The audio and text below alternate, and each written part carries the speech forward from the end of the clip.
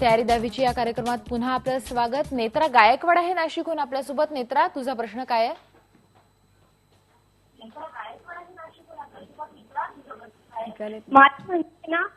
मला प्रमेय म्हणजे नेमके कसे करायचे ते सांगा, अवघड जातात। नेत्रा, तुझा प्रश्न पुन्हा एकदा विचार, नीट ऐकू आलेला नाहीये। प्रमेय प्रमेय मला अवघड जातात। प्रमेय ना ते मला अवघड जातात करायला।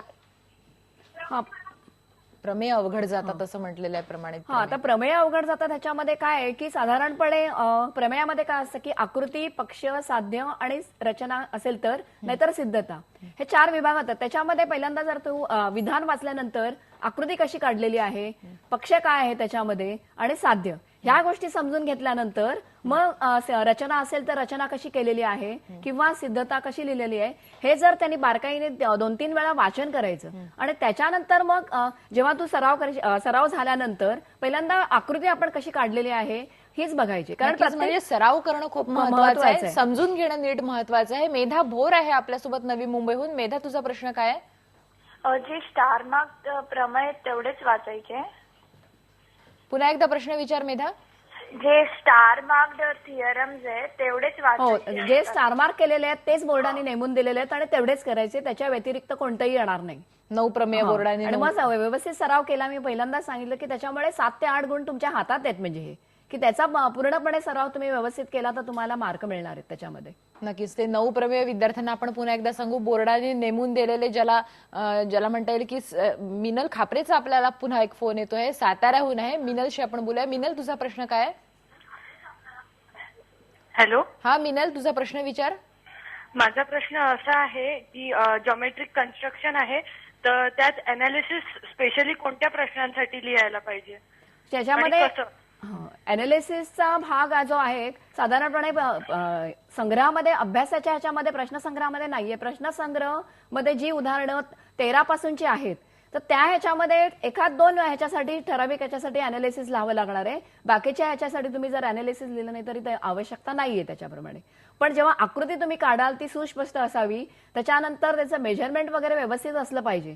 जर तुमचा थोडाफार जरी फरक असला तर त्याच्यामध्ये तुमचे मार्क जाऊ शकतात मग त्याप्रमाणे। नक्कीच मेजरमेंट आणि ते कमी वेळामध्ये आपल्याला काढावं लागतं मॅडम, त्यासाठी सुद्धा सराव करणं गरजेचं आहे। 10वीची परीक्षा खूपच म्हणजे ज्याला म्हणतील की लवकर आहे, आता येऊन ठेपलेली आहे। जास्तीत जास्त मार्क्स विद्यार्थ्यांना मिळावे म्हणून कशावर भर द्यावा?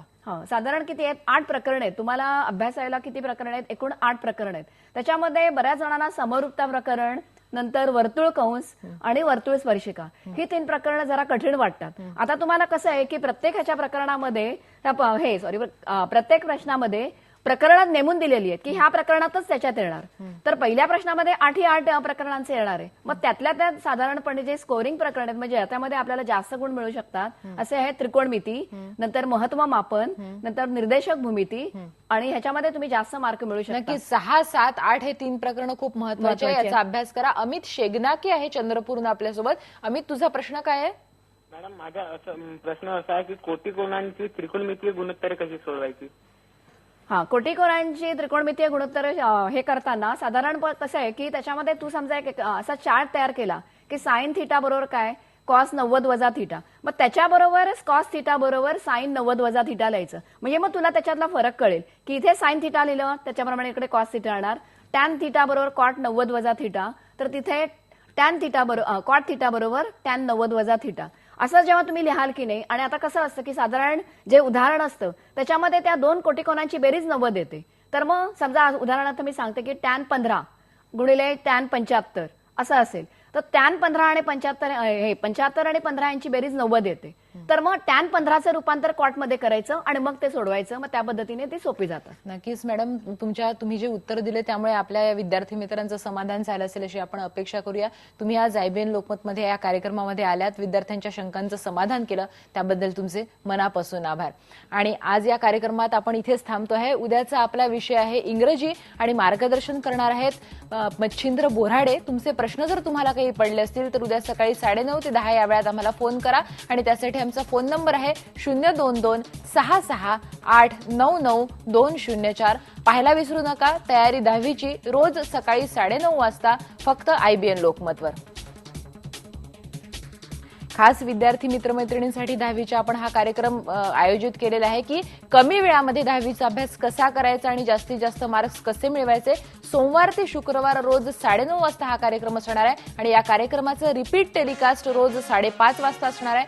तेव्हा पाहायला विसरू नका. तयारी 10वीची पहा फक्त IBN लोकमत.